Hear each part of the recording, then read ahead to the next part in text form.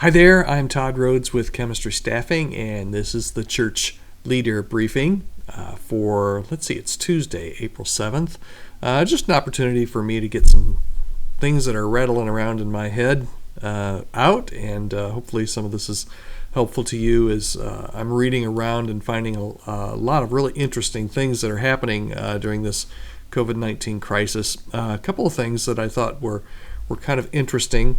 Everyone that's doing any kind of online event outside of the church world as well is trying to find ways to do it not in person but online. You know, we've seen it on TV, even with some of the televised home concerts where a lot of the music artists are recording and doing concerts from their home.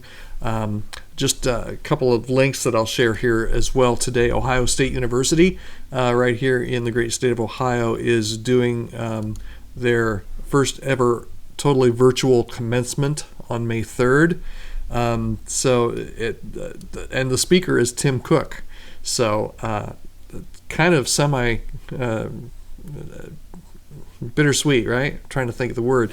Kind of bittersweet there, right? I've got a son that's home right now, finishing up his senior year of college, doing online learning, and his commencement at Cedarville University right now is postponed. They're not quite sure what they're going to do with that at this point. But for Ohio State, they're going all online, all virtual. I'm not sure if they're going to do any kind of online ceremony later, but for now, on May 3rd, it's virtual. So you can check out the link on that.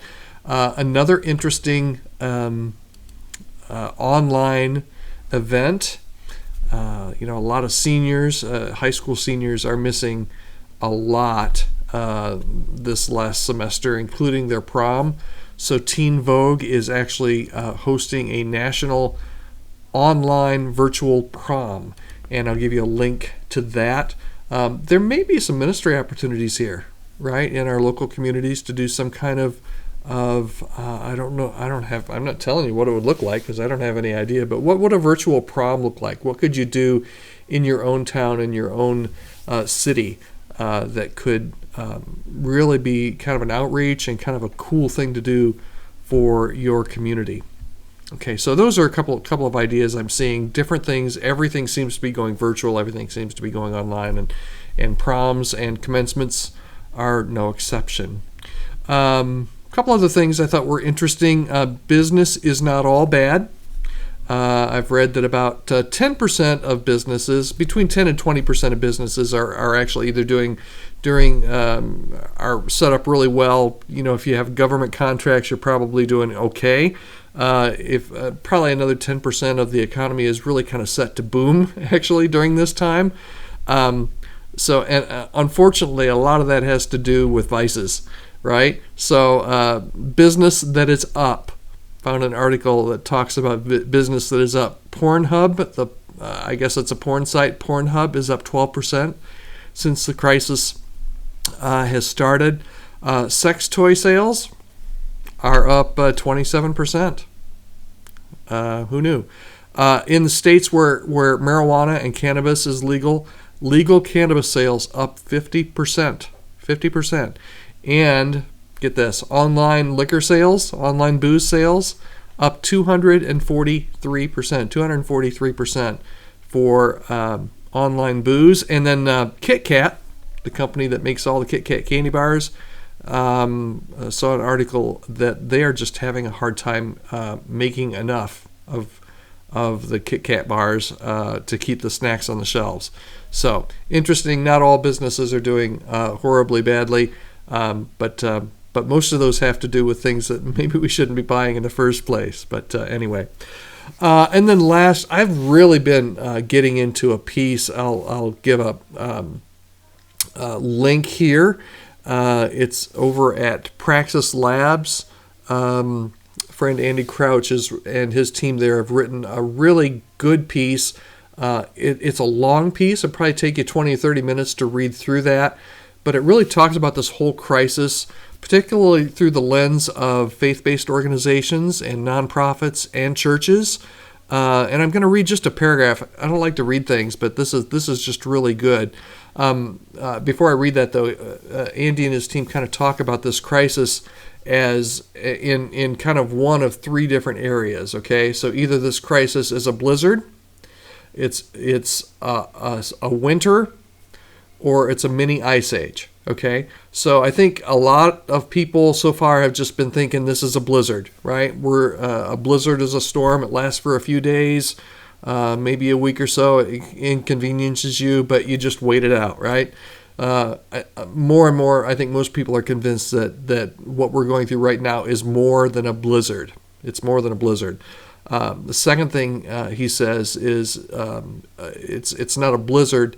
It's a winter. It's a season. Okay, winter lasts 2-3 months, I guess, and it really affects everything around you more than a blizzard, right? A winter can have multiple blizzards, but a winter is more of a season. And a lot of people now are preparing for this season that we're in, and I do believe right now it's a season that we need to prepare all of our organizations, particularly since you're watching this, our churches for. But he also says that there are parts of this that are going to last longer than a season. It's almost like a mini ice age. Read the article. It's really good. It explains it well. But he talks about the mini ice age are things that are going to come out of this that are going to affect all of our organizations and our churches for months and years. And I really do believe that there are a lot of parts of this that are mini ice ages for the church and for those of us that lead faith-based organizations. Here's the part I want to read. Again, Andy is from the Praxis group, and he said, indeed, we at Praxis are developing one potential scenario.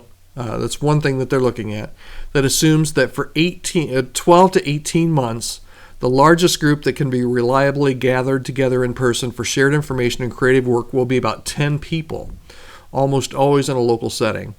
Even if this is too drastic, we do not know the shape of the global economy and the resources that will be available to people when travel and gathering in larger groups become theoretically possible.